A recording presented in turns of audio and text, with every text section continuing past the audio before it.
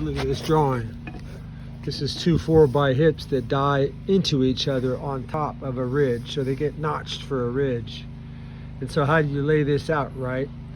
So the length of the rafter is center line, of course. It's a hip and valley, so it's a center line. And then you have to do this sort of deduction here, and you want to know what this deduction is. And the deduction is half the 45 thickness of the 4x ridge beneath it. And it is 2.5 inches, because the 45 thickness of a 4x is 5 inches.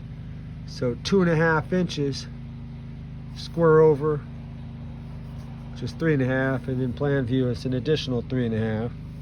So 2.5, square over, 3.5, and then underneath it, whatever your height above plate, you'll calculate it from where the hip runs across the plane of the ridge, which is this point right here. Not in here, not on the inboard side.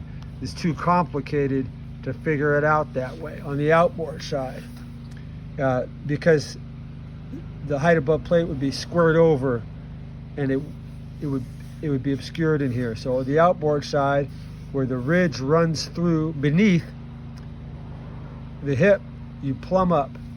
And so that's, you can see these are the hips, right? So out here you'd make a plumb line, right?